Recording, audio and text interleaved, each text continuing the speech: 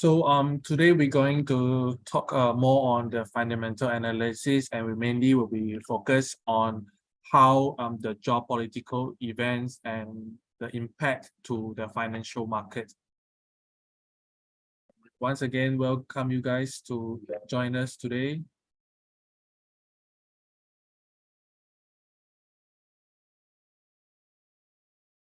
So maybe we wait for another minute for more people to join us today. Yeah. And before that, any questions, you can type in the Q&A, and later on, if I'm able to answer you, I will do it. But today, mainly we'll focus on more of a fundamental analysis, and also maybe if later we have more time, we can also analyze the chart of the recent trend.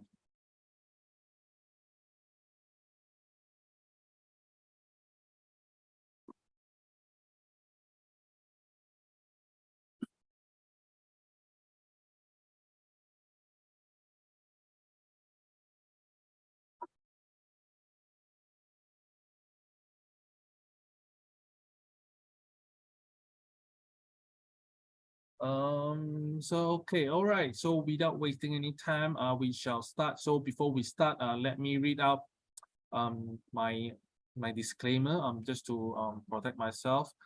Yep. So today's market webinar is intended for educational and informational purposes only, and participants shall not take it as a financial or investment advice, nor a trading signal. The accuracy and reliability of the information provided cannot be guaranteed. Phil Prime and I hosting the session are not liable for any losses or damages resulting from the use of the information presented today. Participants are responsible for independently verifying information and considering their own financial goals and risk tolerance. Okay, that is my disclaimer. Yeah. So move on. This is what we're going to cover today. We will tell what is the geopolitical events, and also I will share with you some of the example of geopolitical events and how does it have an impact positively or negatively towards some of the asset classes, mainly on the forex, and also share with you my thought on potential future geopolitical event. So what is geopolitical event? So geopolitical event is a significant incidents or situation or a development that involve the interaction between politics and geography, particularly on an international or global scale. So the thing have to be, have an impact within the country, and then also have some influence outside the border, across the border. So these events are often characterized by their impact on international relations, and also the behavior of the nation and the distributions of power and resources around the world. So these are some of the example of geopolitical events. So it can be political crisis, it can be territorial dispute, conflicts or war, and also can be economic sanction from like international body or between countries, trade disputes, and other actions taken by the government or international organizations that will shape the dynamic of the world affair. These events can have far-reaching consequences, influencing regional stability as well as global stabilities. And so global economy and diplomatic relations between countries. So if you're aware what happened recently, I mean, maybe since early of last year. So these are the example, like we have political crisis.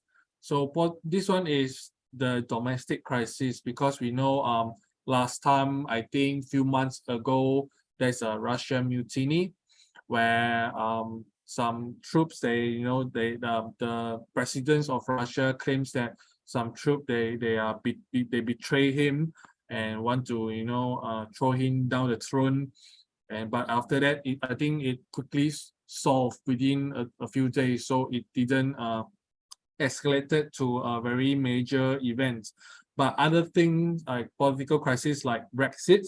So if you can remember, I think back in 2016, so UK decided to leave the European Union. So this is one of the example for political crisis. And then before that, Hong Kong protests, if you guys can remember years ago, where Hong Kong people, they have they rebuild to being live under the governance of of China. So all of the people walk on the street and then protest, and then this lasts for a very, very long time. They close down the train station and etc. And especially they take down the very important area, which is it's like a central financial hub in Hong Kong. That's why cause not just a domestical problem, but also regionally, they have a huge impact as well. And moving on is the territory dispute. So for example, here is the China and Japan. So I think there's an island, through the history, maybe like centuries ago, it belongs to China. Then after that, Japan also claimed that at once this particular island, Senkaku Island, belongs to them. So even until today, both of the nations claim that this island is belong to them.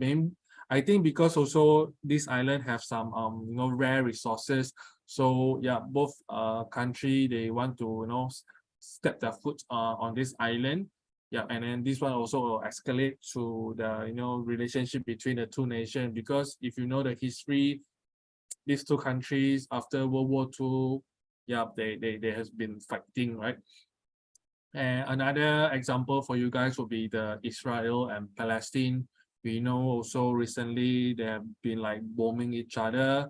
So someone claims that like long time ago, Israel, this land belongs to the Jewish, and then after that, yeah, things happen, right? And a few hundred years ago, the Palestinian already live on that land, and yeah. Anyway, this like they keep fighting with each other. This could be one of the example. And another one is Taiwan. So Taiwan, they claim that they are like an independent country, but yeah, China doesn't say so. China says that Taiwan is part of them. So Taiwan is just one of the state of a province for China. So yes, though they have been fighting, also they have some trade embargo, things like that, put pressure on Taiwan politicians. Yeah, they want to have the Chinese government want to have control over Taiwan in like major issues. Yeah, so this will be one of the example for territory dispute. And also economic sanction. The example would be like EU sanction on Russia oil production, and also they put on a price cap for the Russian oil exports. So this means that they only will buy the Russian oil if they sell it below a certain price range, or else they will not take any oil supply from Russia. This is like a very, very recent news. It happened late last year or early this year. Other example could be the North Korean section as well, because we know North Korea, they have been like developing their nuclear weapon, and then also the international body that has been putting pressure on the North Korea. Also, they have like economical pressure, say I don't take some of your exports, and then I will not sell things to you, things like that. Just want to make sure that North Korea, they will more focus on human rights, more focus on their people welfare, rather than develop their nuclear weapon. So this will be another kind of economic sanction, an example for you. And moving on, trade war could be one of these as well. And yeah, the very famous one, the US and China trade war, and is I think it's still ongoing and even until today. So it started back in 2018 when the Donald Trump was the US president. So he actually is the one who initiated the trade war. And I think this is still ongoing case. It's happened until today. Yeah. Other example could be the South Korea and Japan trade dispute.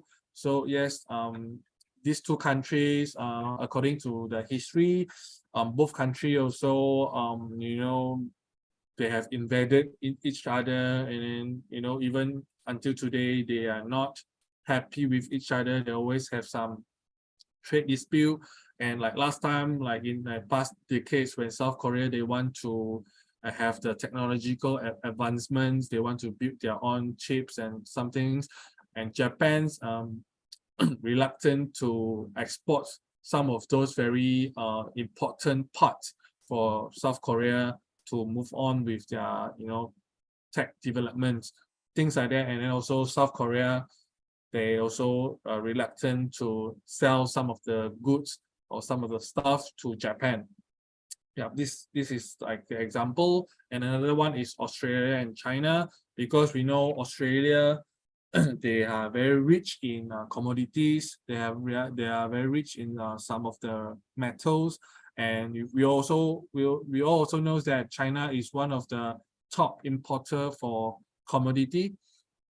When last time when China, they start to be booming, their economic growth superbly. They import a lot of commodity from Australia, and also dairies and things like that. But at some point, when the Australia joins the Western Union, they try to put pressure on China. And they start to condemn China for something, and then also like they exchange sword. So yeah, at some point they have some trade dispute as well. But I think recently the tension between the two nations have already softened. That's why now what happened in China will have more influence on the Australia dollar as well. So if you trade on the market, recently why Aussie dollar has been quite bearish recently. This the lackluster of China economy could be one of the major factor why the Australian dollar is not doing so well recently. Yeah, so these are the few examples of geopolitical events, and I would say those that I mentioned earlier have a definitely will have an great impact, great influence on the financial market, especially those things that we are currently trading, like the major pairs, those forex, dollars, pound sterling, euro, and some commodities like oil, like gold, etc. Yeah. Moving on, I will discuss with you guys several real life events, and also share with you guys how does it have an impact on a particular asset class. The first one would be Brexit. So Brexit means British exit. So UK, we know long time ago they are part of the European Union. So they are one of the member states for European Union. And of course, we know in the past, some of the member states in the European Union, like the Greece, Italy, Spain, like some of the country, they are not doing well. So at some point, the British people, they are fed up. They are disappointing with this economic bloc. So some of the people actually voice out, say, maybe we can leave this European Union. We can live better without them. We can be on our own. So I think in June 2016, they have a referendum. So all the Britain, they're allowed to vote whether to stay within the economic bloc, the European Union, or they leave, they can be independent. So the result shows that I think the result is very, very close. Only like 51% of the people in the UK vote to exit, vote to get out of the European Union, and 49% of the people actually are willing to stay. And the result, we also know, I think I'll show you the chart.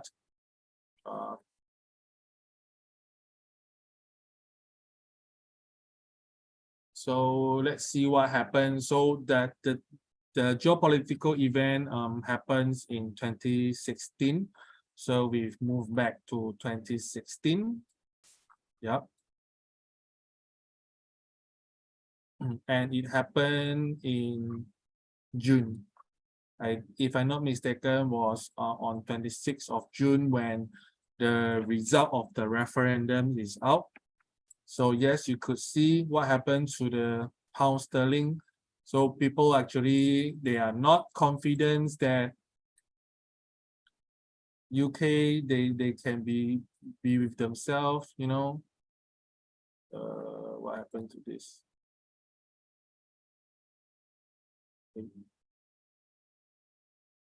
Yeah. And then have a sharp plunge within days. Yep, it traded to the lowest and in years. See, and people think that UK and they need the European Union to be better off because a lot of trade they are related to the entire economic bloc. So without them, and they are so-called isolated in this Euro region, so they're going to suffer. So when the result of the referendum up, the pound sterling actually plunged. So not just the pound sterling plunge, so it actually also have an impact on the euro. So let's look at what happens in 2016. What happened to the euro?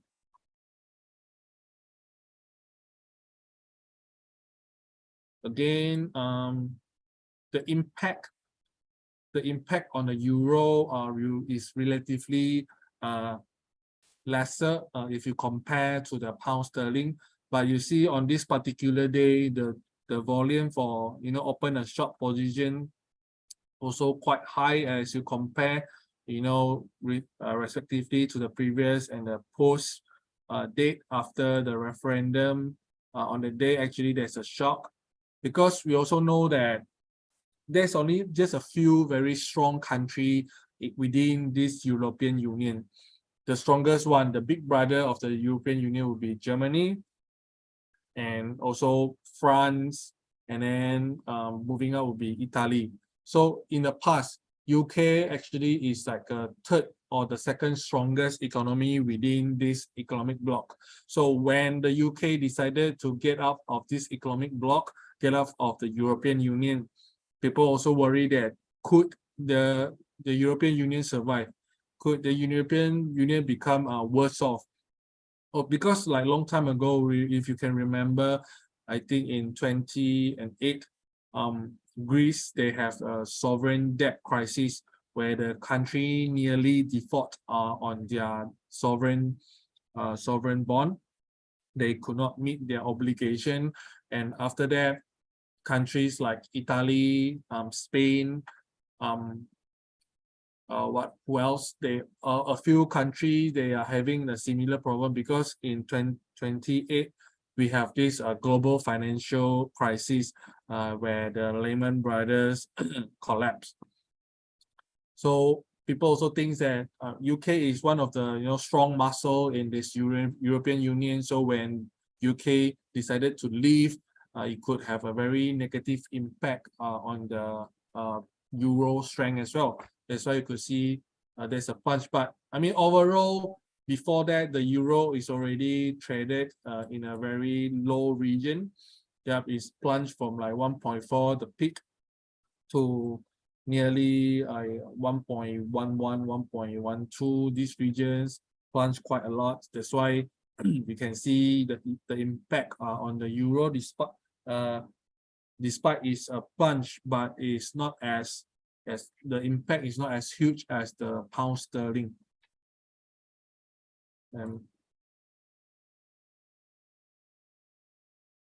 So the next one is the Russia and Ukraine war. So this one happened in is rain this what happened in the near term.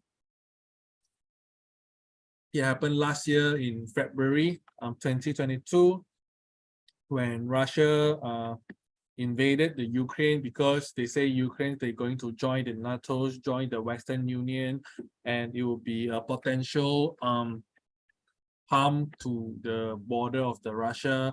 The Russia claims that maybe the America they have better control and put pressure on Russia. So Russia actually invaded Ukraine. So what happened is the Russian troop near to the border between the two nations, and also the president actually so at the end, like 8 million of the Ukrainian have been internally displaced, where they lose their home. They have to move outside of those war zone, and also more than 8 million of the Ukrainian actually fled the country. So every time when there is a war, especially the big one, like what we mentioned earlier, where there's Israel have war with the Palestine, or last time when 911 happened, and after that US declare war with the Middle East countries, several Middle East countries, the Iranian and etc. So as in those times, what will have the most direct impact will be the gold, because gold will be treated as the safe haven assets. When there's any uncertainties in the financial world, people will tend to hold more gold to protect their capital, protect their fund, because throughout the history we know that gold has relatively stable in terms of their value. So yeah, anything happen, people will rush to gold. Even like recently what happened in the US, when they have like a banking crisis, people will go to gold. When there's a financial crisis, people will at first think of gold, will still go to gold, and gold price will spike up. So this one happened in the February 2022. So let's see what happened to the gold price.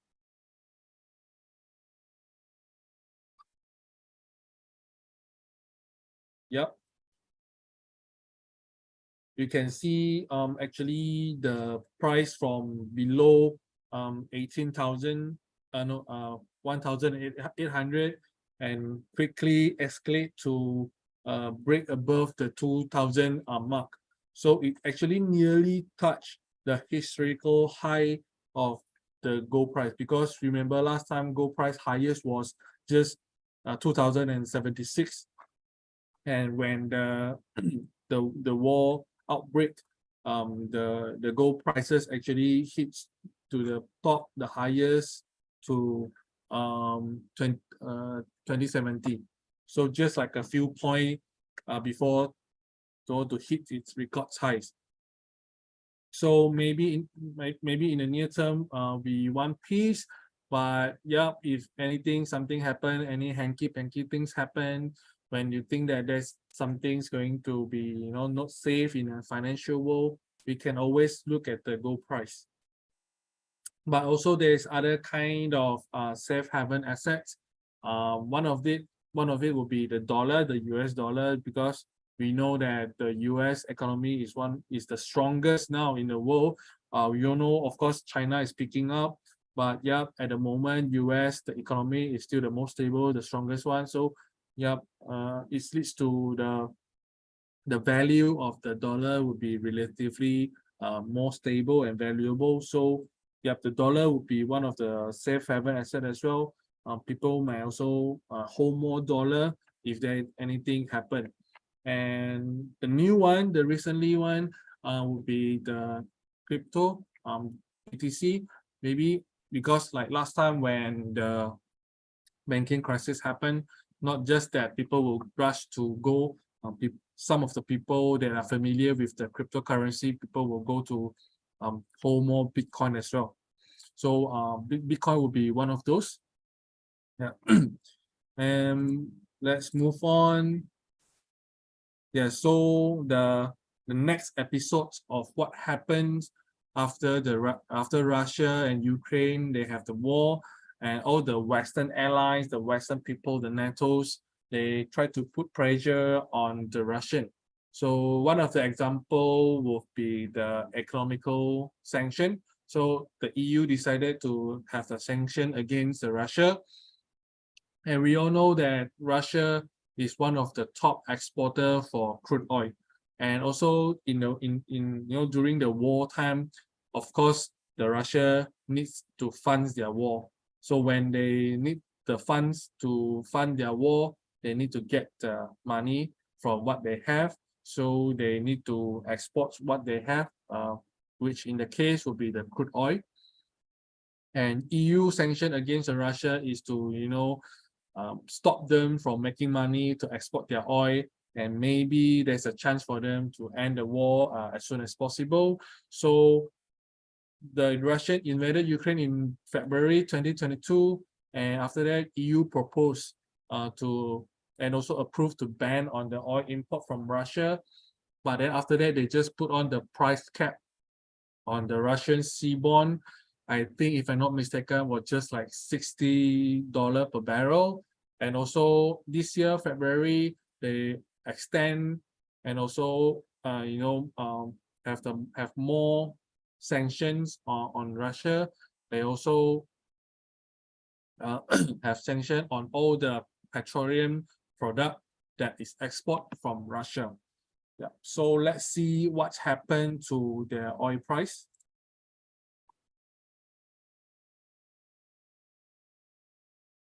Again, because let's see in the early of the year, in early 2022, just now, like I mentioned, that Russia is the world top oil exporter. So at first, why the oil price spiked up during the war? So one of the reason is, no matter who, not just Russia, if anywhere there's a war, there's a tendency for the oil prices to shoot up, to trade higher, to surge. And also because now, especially Russia is one of the world top oil exporter. So people think that if Russia is now busy with their war, they might have a chance for oil supply disruption. So when the supply of the crude oil has got disrupted, lesser, and will push the oil price higher. So the war will push the oil price higher, and some oil supply disruption again put an icing on the cake, push the oil price to another high, actually break above the 100 marks.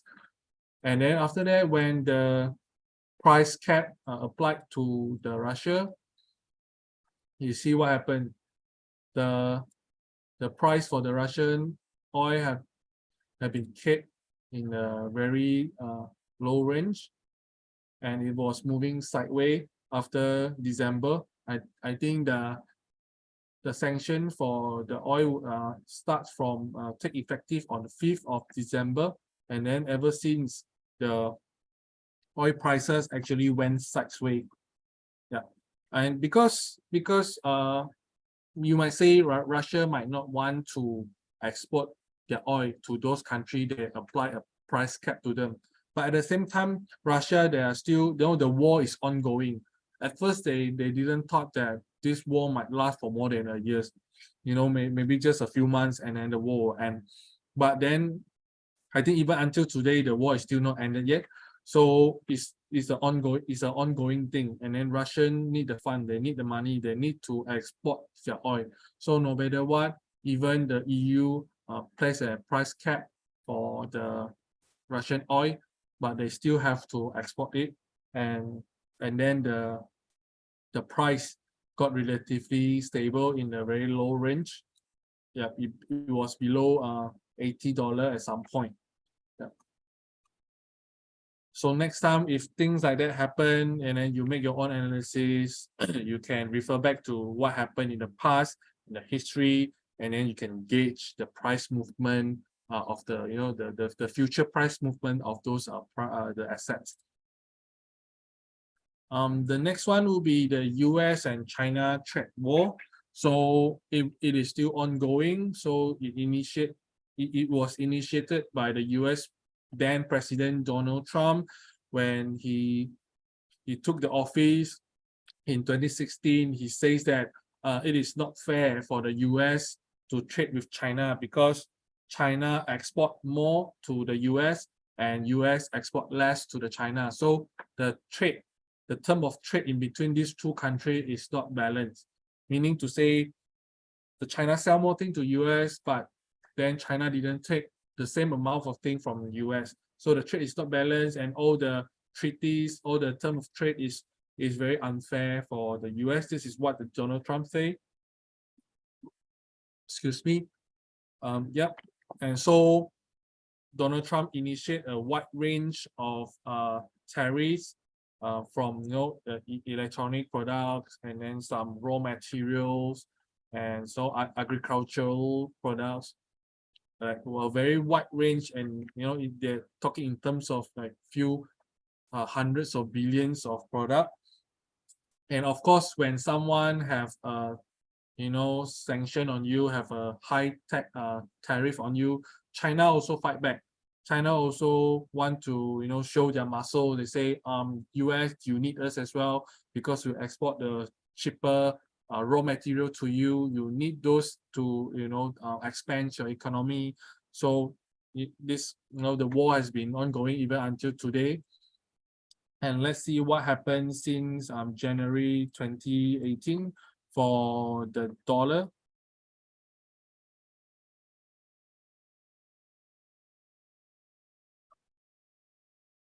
So at first you could see actually the dollar actually plunged because at first people think that China they really do it, have a cheaper raw material, cheaper things to export to US so that they can use it to value add and then to sell it. And also those electronic products like TV, like the refrigerator, those are cheaper if you just get the export from China. You no need to manufacture it yourself.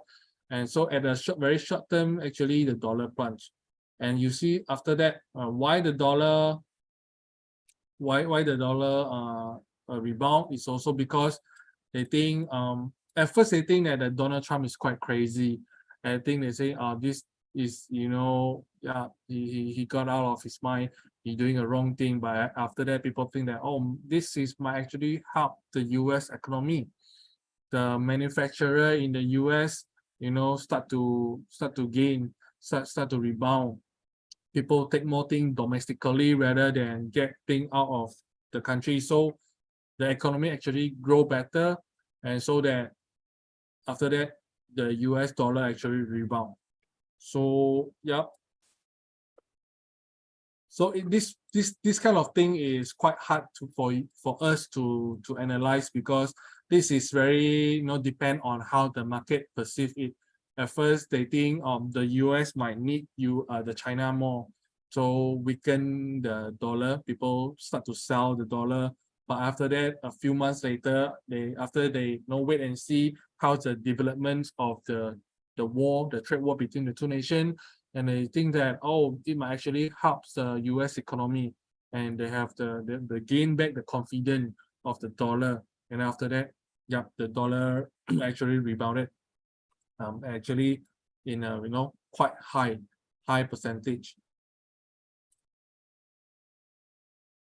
Those are the things that is in the past, and then maybe we can learn something from the past. And if in the future something happen, we maybe can seize the chance and make some profit from it. So I will share with you my own thoughts at what might be the potential future geopolitical events that's going to happen. And of course, you can make your own analysis and then trade on those related assets like forex or gold or oil, etc. Yeah.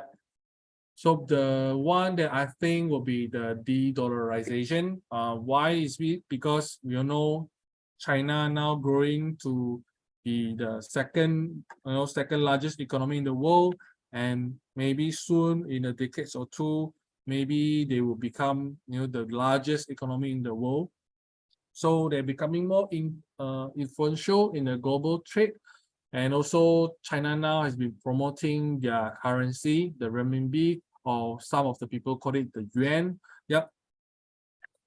So they want to be more influential. They they are promoting their own currency to replace the the use of USD. And also Russia and the Iranian, they joined to say they want to launch the cryptocurrency for international trade, because we all know that now in majorly people will use the US for international trade, because at the moment now USD is still the most reliable currency. Yep. So most of the country, they will use USD to trade, but now getting more and more people, they will start to use the alternative currency to trade.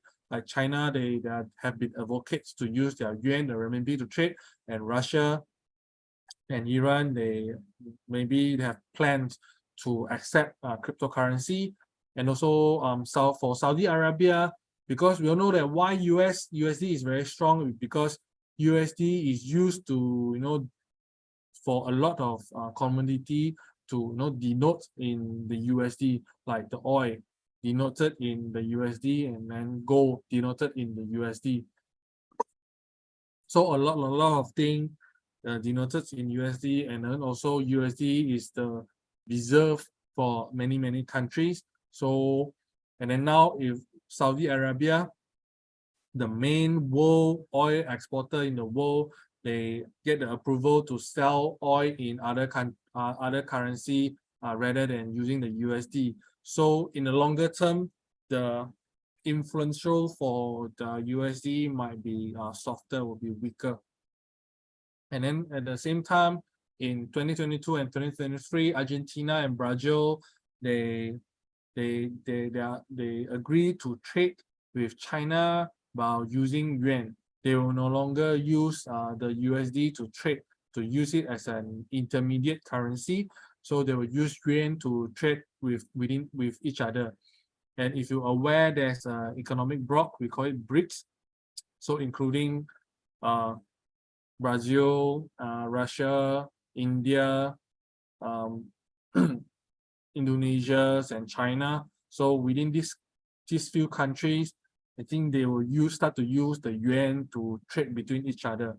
So yeah, maybe in the longer term, people will rarely use not to say rarely use, the use of the USD will be not so strong as before.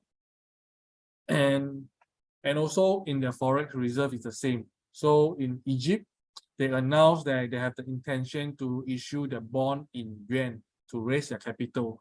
In the past, they would use the USD, but now they have the plan to issue their bond in the renminbi.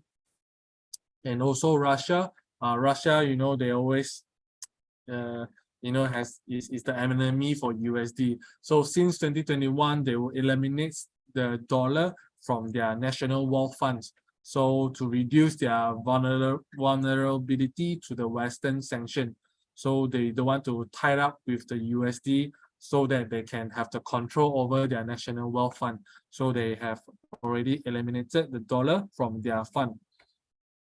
And also in China, since this year 2023, their state-owned bank have substantially reduced the interest rate on USD deposit.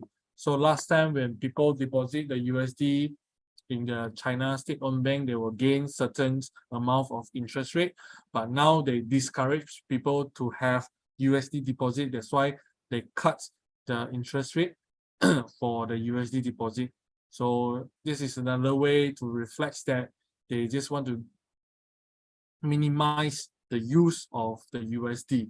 So I think in the longer term, maybe the de-dollarization will happen. So when this really happens, gradually might impact on the strength of the dollar.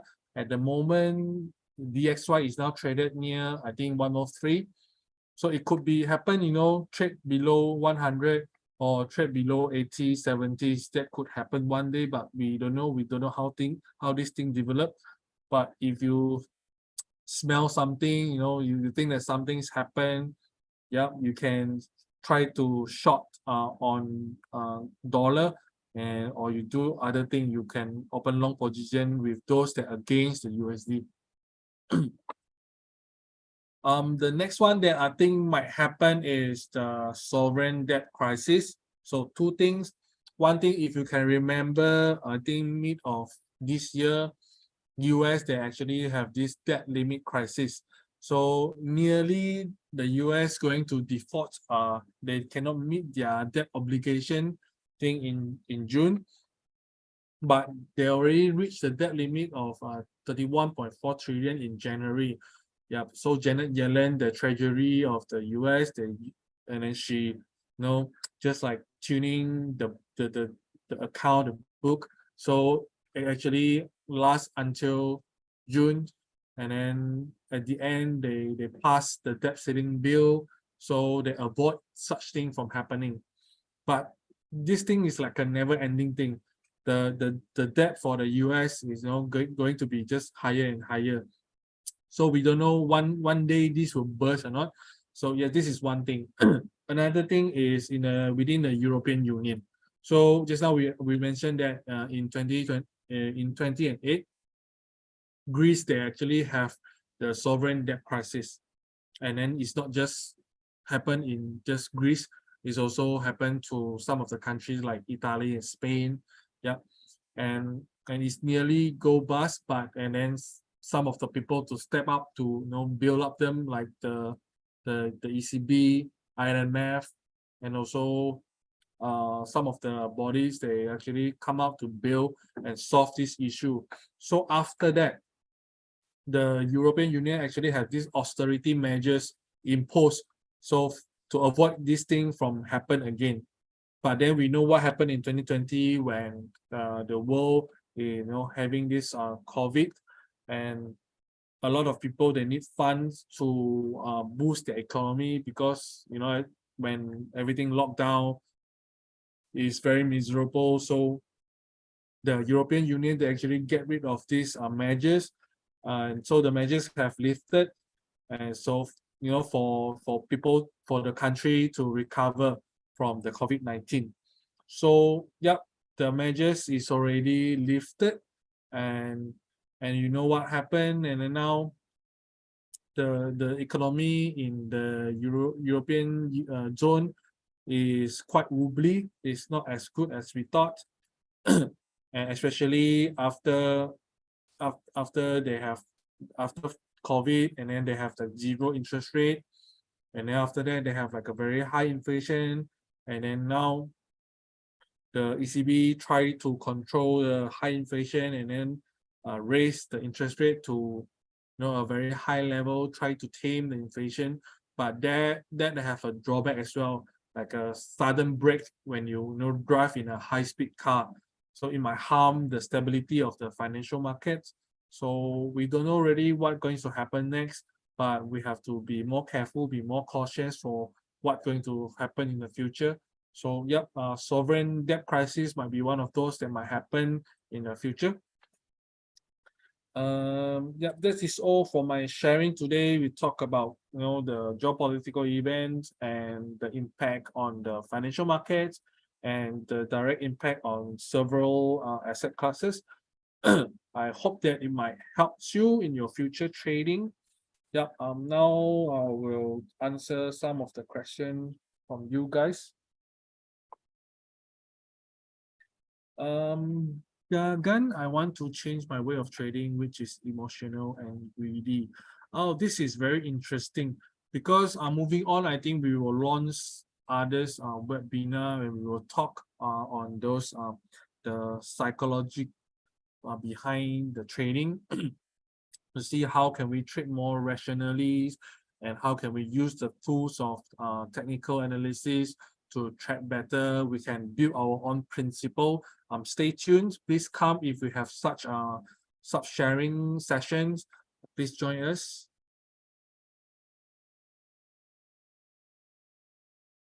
what would be the downside of trading the BRICS? So we all know BRICS are those developing countries, and within the BRICS, all their currency, we call it as exotic pairs. So the biggest risk, the biggest downside would be the liquidity problem, because normally people will trade with the major pairs like the USD, the Euro, the Pound Sterling, the Aussie dollar, New Zealand dollar, Canadian dollar. So when a lot of people participates in these few currency, it will provide a better liquidity. So if you trade on the BRICS currency, the risk would be the liquidity risk, and also it might be not as stable as compared to the majors pair. Yeah. From Jaffa Mahmood, how much lower can go? So I will just share a bit also the recent trend. Recently, I think the dollar will be very strong, and also if you pay attention in the market, you can see that the PPI index for the US, and then recently the retail sales of the US has been very good. So it might have the tendency that the Feds will going to continue to increase the interest rate, because a lot of people say that, yeah, that is it. It's the Fed's rates is already hit the peak. The Federal Reserve will not going to raise the interest rate anymore. But now, given that the economy in the US is still very resilient, so there might chance for the Feds continue to raise the interest rate and to support the dollar to go higher. So when the dollar is strong and there's nothing big happen in the market, where not many people will keen to hold gold. So I think in the longer run, gold will break below 1900 range. Might go below that. Maybe the next resistance, I would say, the next support for the gold maybe is about 1875. Yeah, this is my takes, but you have your own say.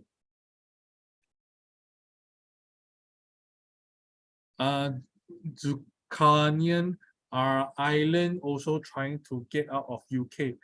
If I'm not mistaken, I think Ireland is their their own country. They are independent, so they are no longer within the United Kingdom.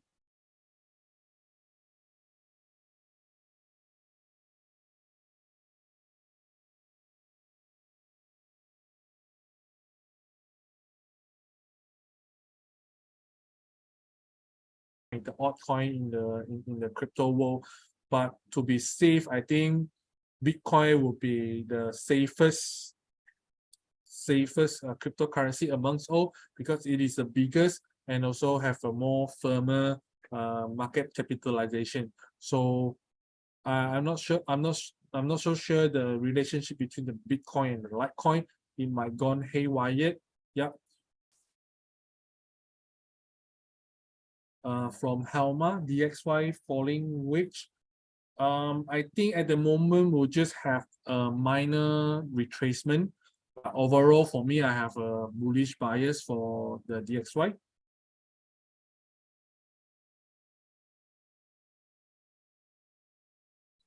From Tatena, how can I trade the NFP or CPI on the exact time of release? What strategy can I use to catch the moment?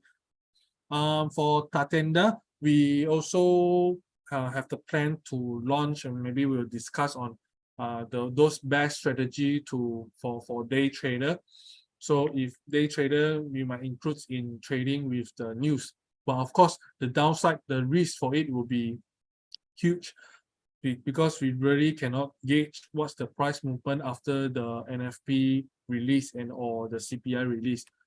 We might have a very good number for the NFP, but then the market perceive it as a bearish factor, and then the dollar plunge, things like that might happen. So of course, the volatility, the fluctuation after the news release will going to be huge. Also, there's a chance for you to gain a lot from trading news. But yeah, maybe we will plan for another session to talk about it. we will discuss several trading strategy. How can we gain from trading news? From Harry, why Udin de-dollarization will make USD weak? Of course, de-dollarization is because people want to get rid of the USD, so they don't want to use the dollar anymore. Of course, the direct result will be, the USD will be weaker. Anonymous attendee, do the fundamental affect oil, because I can see how come the movement is not. Oil definitely affected by the fundamentals.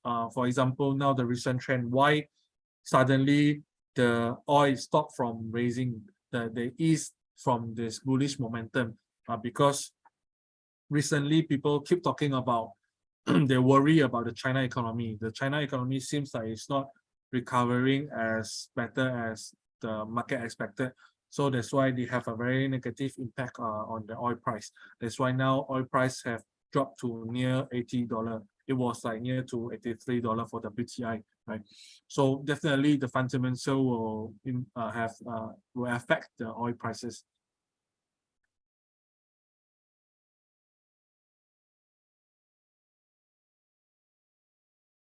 Harry, Aurora, just want to know what's the best time to trade gold.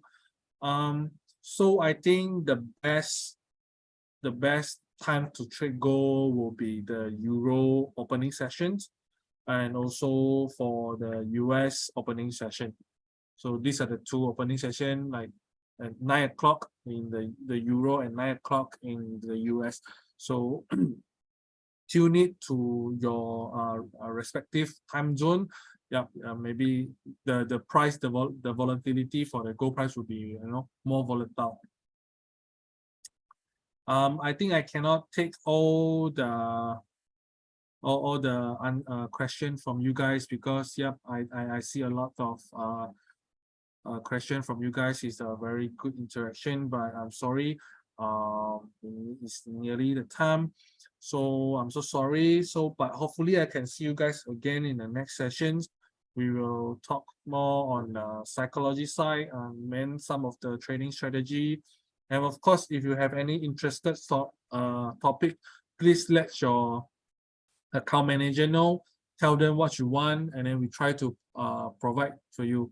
Hope that you can trade better, you can make more profit with Pure Prime platform. Okay. Hope you guys enjoy. Hope you can learn something. Yep. And then wish you all have a happy trading journey. See you guys soon. Bye.